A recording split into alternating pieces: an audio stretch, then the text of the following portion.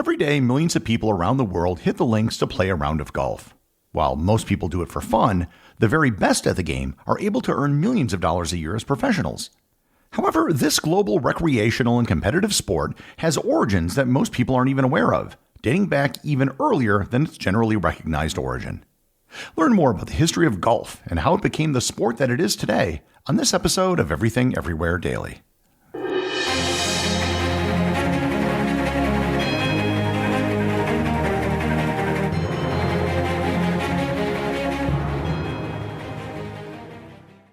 This episode is sponsored by Noom.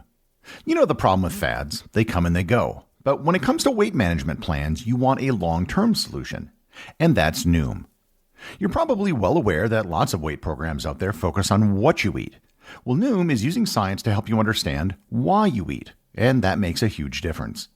Noom takes a psychology-based approach to help you build better habits and behaviors that are easier to maintain. Noom helps you understand the science behind your eating choices and why you have those cravings. And the best part is, you decide how Noom fits into your life, not the other way around. Noom's personalized courses are easy to follow and will help you grow your confidence with tools you can put into practice on day one. They give you the knowledge and wisdom you need to make informed choices about what you'll eat.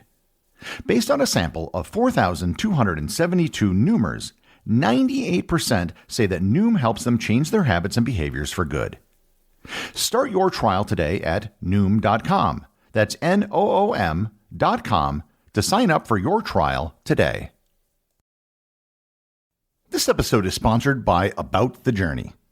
I'd like to tell you all about the About the Journey podcast, an original podcast from Marriott Bonvoy Traveler. In Season 2 of About the Journey, travel journalist Onika Raymond takes us on a journey to discover the lesser-known neighborhoods of 6 iconic cities around the globe. Her stops this season include San Juan, Puerto Rico, where Onika talks about regenerative travel with Carmen Portela and Iris Landrua of Local Guests, a tourism agency that connects visitors to sustainable experiences. She also visits Denver, Colorado, where Onika visits the Mile High City and hits the trail at Denver's Genesee Mountain Park to learn all about how we can make the outdoors a more welcoming place for all. And I personally enjoyed the recent episode where Onika travels to Peckham, London, which has become the center of the Nigerian-British community known as Little Lagos. I've personally met Onika several times around the world, and I can personally attest to her being a top-notch traveler as well as a journalist. Search for About the Journey in your podcast player. Once again, that's About the Journey. You can also click on a link in the show notes.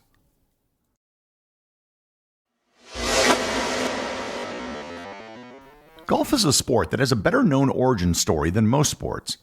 If you think you know how the game of golf originated in Scotland, you aren't wrong. However, there is much more to the story than that.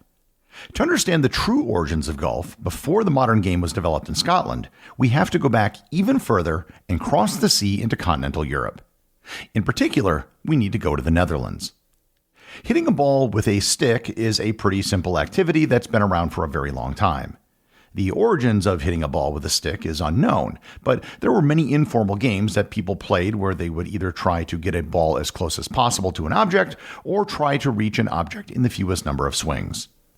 This type of game, where you hit a ball to reach an object, was first formalized in the Netherlands.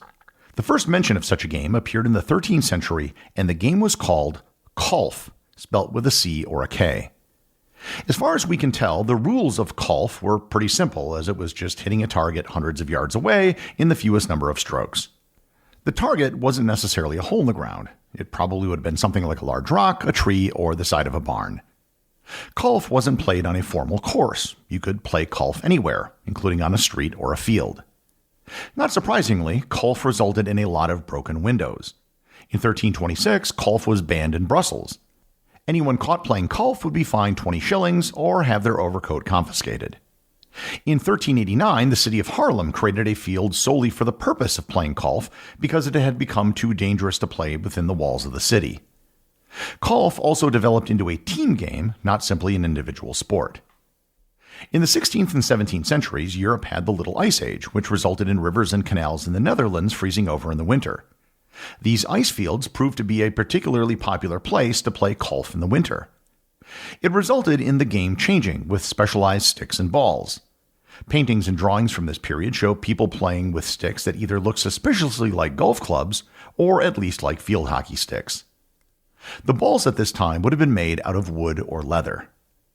Dutch traders took the game with them as they traveled. Dutch settlers in Fort Orange, which is now Albany, New York, were reported to be playing the game in 1659, causing the same problems that they did back in Europe. In the 18th century, golf evolved in a totally different direction in the Netherlands than it did in Scotland. Golf actually became an indoor sport and is still played in a few small communities in the Netherlands today. The modern game involves having to hit a post on the opposite end of a court, and then hit the post in the starting end, and then hitting the post in the opposite end again.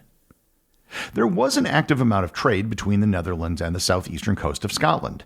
It's believed that Dutch sailors brought the game of golf with them to Scotland, where it became popular.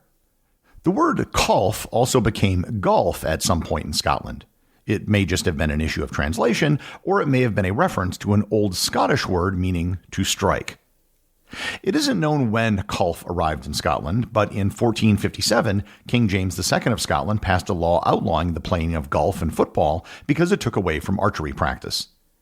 Additional bans were placed in 1471 and 1491, but supposedly King James IV had golf clubs and balls given to him as a gift, so people must still have been playing it. In 1567, Mary, Queen of Scots, was accused of playing golf just days after her husband was murdered, a time when she should have been in mourning. While we know something called golf was being played in the 16th century, and that it involved sticks and balls, we don't really know what the rules were. In 1636, a schoolmaster from Aberdeen, Scotland, named David Wedderburn published a Latin grammar textbook for children that made references to golf, as well as mentioning the first golf hole. Many of the locations where Scots would play golf were in areas known as links. Today, links are associated with golf, but at the time in Scotland, it was just a word describing a rough grassy area between the land and the sea. In 1672, Sir John Fullis of Edinburgh wrote in his diary that he had played golf at the Musselburgh Links, which is evidence used to support its claim that it's the world's oldest golf course. In 1687, Thomas Kincaid, a medical student, wrote an instruction manual for playing golf. The first rules for golf were published in 1744 for the Gentlemen Golfers Competition for the Silver Club, a competition sponsored by the city of Edinburgh, which was to be played at Leith Links. There were 13 rules, known as Leith's Rules, that were listed for the competition.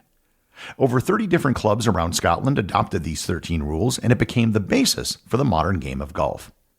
In 1754, the St. Andrew's Society of Golfers was formed to create its own annual competition using Leith's Rules. In 1764, the St. Andrews Club created the world's first 18-hole golf course, which is today the standard. That original 18-hole course is still playable today, and it's known as the Old Course at St. Andrews. Today, St. Andrews is still considered to be the spiritual home of golf.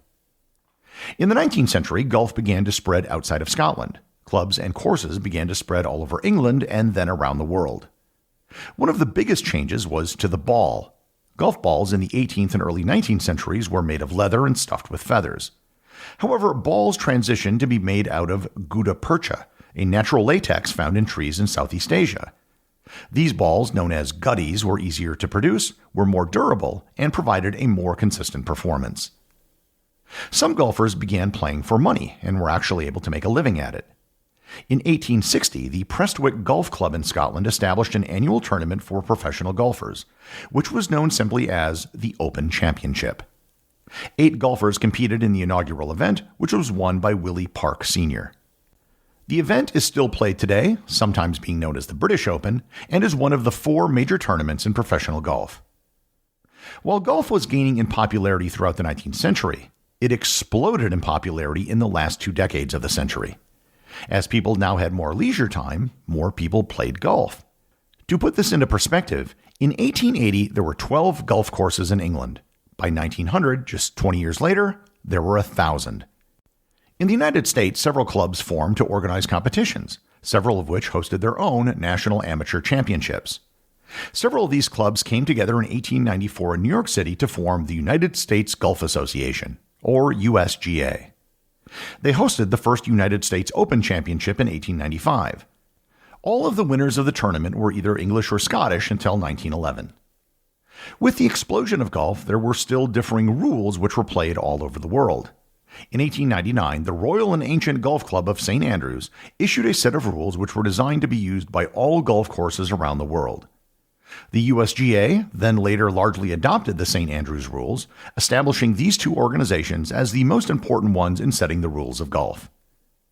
In 1916, a group of club professionals in the United States came together to form the Professional Golfers Association, or PGA.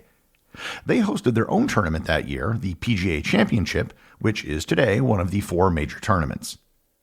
It should be noted that the PGA and the PGA Championship are separate from the PGA Tour, which split off in 1968.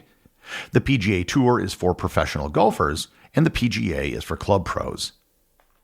One of the most significant figures in the history of golf emerged in the 1920s, Bobby Jones. Technically, Jones was a lawyer, and he played golf as an amateur his entire career on a part-time basis. However, despite being an amateur, he was by far the best player in the world. In 1930, he won all four of golf's major tournaments at that time in a single year: the British Open, the British Amateur, the US Open, and the US Amateur. Immediately after winning the Grand Slam, he retired from golf at the age of 28.